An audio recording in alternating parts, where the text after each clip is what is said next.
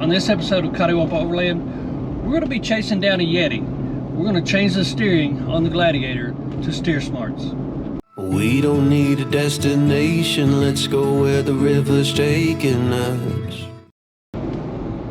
So last year, we knew we wanted to upgrade the steering on the Gladiator. And we initially went with a company called Apex. We wanted to do aluminum, and that way it would have some flex. We looked at their products at the Great Smoky Mountain Jeep Invasion, and they seemed from the outside to be a really great product.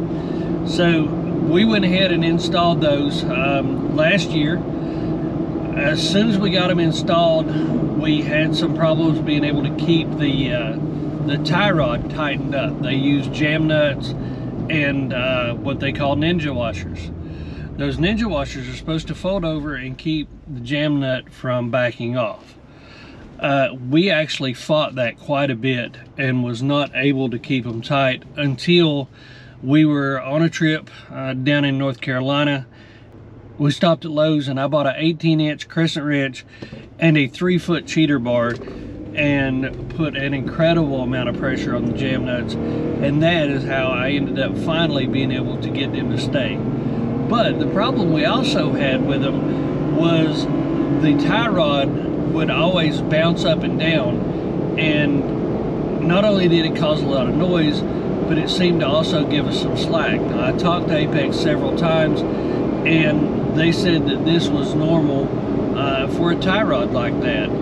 So we continued to use it, had an incredible amount of movement in the steering wheel that we just really never were happy with. Actually, it ended up getting worse and worse to the point that it was more movement than we ever had with stock. So we were at the Smoky Mountain Jeep Invasion this past year, and I had the owner of Apex come over, actually put his hands on the steering linkage for the Gladiator here, and he told me that that was normal. He told me that if I wanted to, he could send me new tie rod ends, but they were going to be the same way, and if we were going to have this much movement in them, I didn't see the reason in changing them. Fast forward a few hours after that, sitting around at the Jeep Invasion, and I happened to walk by the Yeti Steer Smarts booth, and I started looking at their products and actually asked one of the representatives there to come over and take a look at ours. Well, when he did, he started telling me exactly what the linkage was doing and why it was doing what it was doing and what made their products superior to the product that I had on. So we went over to their booth and he showed me everything that they had with theirs, how it all worked together, and how it was all made in the USA and it was built to the right tolerances, and I wasn't going to have that play and that mess that I've got in this one currently. You know, right now we've got this much room in the steering wheel and it's not moving anywhere. I mean, just I've got that all the time, and that's what we're going to chase today and try to fix with the Steer Smart system. So we're right now on our way to Commonwealth 404 in Winchester, Kentucky. Clayton and those guys do a great job, and I trust them to do everything on our Gladiator. So when we get there, I'll show you what we're going to be putting on, and we're going to walk you through the whole process.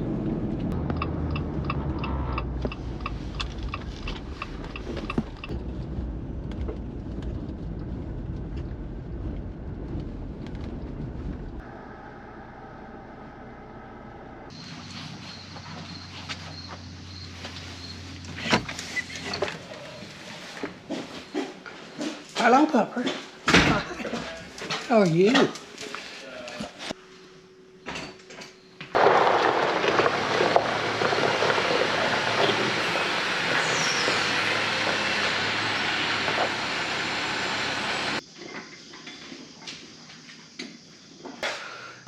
I'm Clay with Commonwealth 4x4. We're here in the shop today getting ready to install this selection of Steer Smarts components on Coddiwomple's Gladiator. And we're going to kind of go through what we have here from Steer Smarts before we put it on the vehicle. I'll start down with this box over here. This is going to be our drag link, okay? And this is going to be what connects your steering box to your steering setup on your axle. So when you turn your wheel, This is actually the component that's going to take input from the sector shaft on the steering box and cause your front axle to turn left and right. It's a very, very critical component. All these components are critical. This is kind of the starting point here. So what we have is we have the Griffin attenuator, and this is a special unit that's made by Steer Smarts that allows for, I guess, a compensation of impacts or movement, and gives you just a better steering response, more fluid progression through your steering, and should make these components last longer as well too, which is always great. This is critical too. Anytime we go up in tire size, which these guys are running 37s. 37s are not uncommon on the JL and the JT platforms these days, but the factory steering components and even some of your aftermarket steering components just don't have what it takes to stand up to the abuse and the overall stress that's put on these systems with these larger tires and wheels. A lot more rotating mass, it's a lot more weight. You're going to wear through components faster. The biggest thing you can do is spend money in areas like your steering setup. It makes a huge difference, and not just the way that your steering feels. This is also a huge safety thing to keep in mind too, guys. We're going to also install this sector shaft and frame brace for the steering box, and so this is going to give us a reinforcement on that critical area where you can lead to higher rates of deflection or movement in that metal. And so by reinforcing that area that's going to be under a lot of stress, again, when we're going to larger tire sizes, you're off-road, you're meeting resistance in the rocks, anything we can do to prevent that movement of those items, that's going to decrease wear. It's also going to increase our feedback, positive feedback in our steering system. So what we've got there is a reinforcement bracket that'll go as part of that setup there. You hear a death wobble, things that are famous for solid front axle setups. And really what that comes down to, death wobble, is unwanted movement in some joint or bushing, typically steering related, in the front of the vehicle. So again, compared to a factory tie rod component, man, these things are just beef. The way they're forged, the size of the tie rod itself, the bushing, again, just much more substantial than what's going to come on their factory or even some of the other aftermarket components from other companies. So we've got our two tie rod ends here. We have a very substantial oversized bar. I think this is 1 5/8 inches, if I'm right, is probably what this size is here. So this is our tie rod itself. So this is actually the rod that puts our tie rods or our bushings joints together. This is going to basically link our left and right tires. So we joke, like in the Cars movie, Steve McQueen, when he goes ka-chow and his tires kick out, or for you Bronco owners out there, my apologies, when you break your tie rods off-road and your tires don't turn in the same direction anymore, that's because you've broken or you've lost a tie rod. So by going to something substantial like this, this is a much heavier, just if you were to feel this in person, this is a steel. It's going to help, again, a lot with deflection. The strength of it is much greater than what is going to be on there or what would have been on their factory. Last part we'll talk about here is going to be our track bar. So I've got a factory track bar. This is off of a JT Gladiator. Would have been identical to the unit that would have come on Bill and Deb's Gladiator. This is going to be a non-adjustable track bar. It's set for a specific height as far as what we need in relation to the height of the vehicle suspension wise. And the purpose of a track bar, guys, is to locate the position of the axle left and right.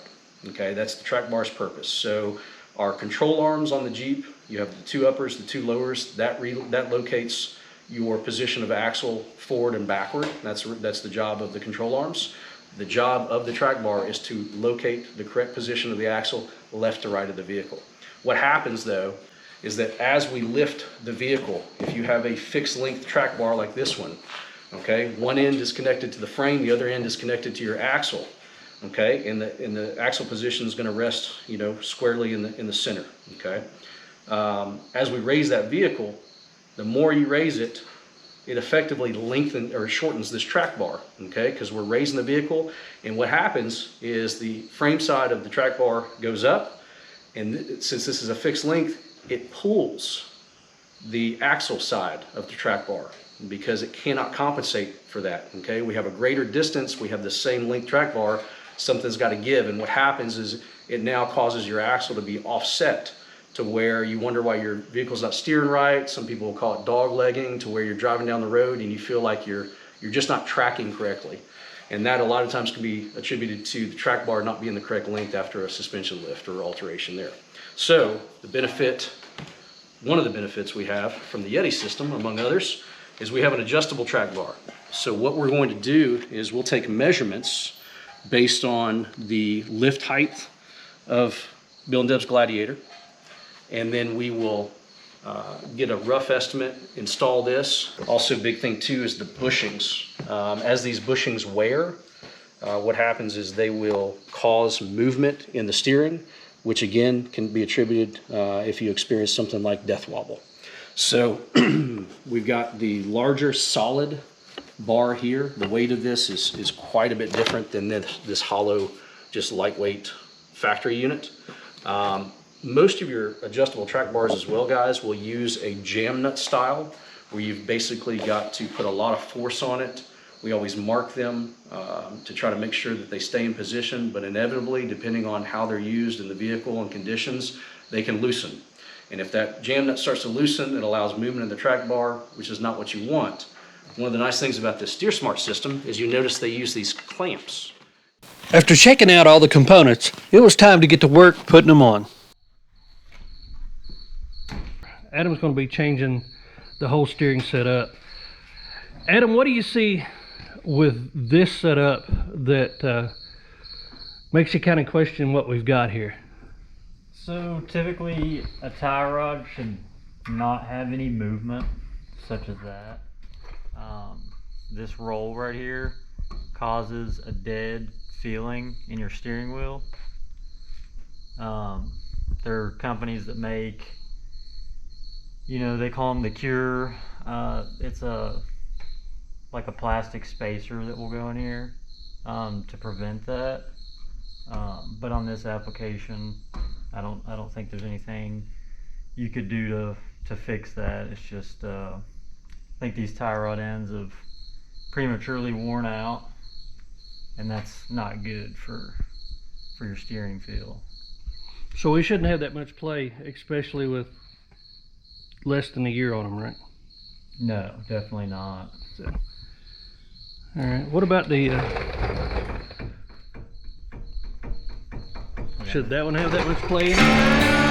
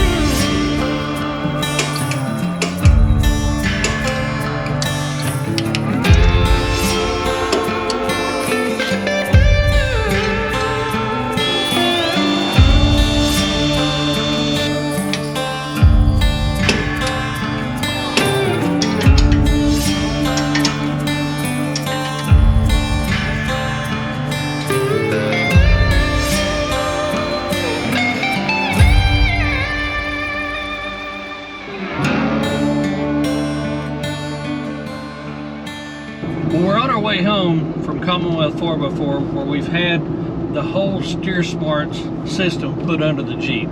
And I gotta tell you, this thing drives incredible. We put everything from the sector shaft brace, the track bar, the drag link, the tie rod ends, and steering stabilizer on this thing, and I can't believe how much better it tracks, how much better it drives, how much of a reduction in bump steer there was.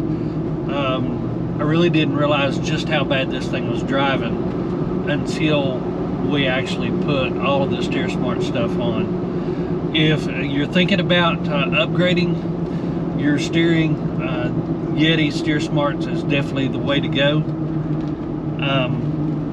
I couldn't be happier with what we've done with this thing so far. If you're looking at picking up some Steer Smarts products for you, we'll have a discount code in the description below, or you can pick them up at Commonwealth 4x4. I sure hope that we've gave you some information that will help you make a decision on picking a better steering system for your rig. Until next time, see ya.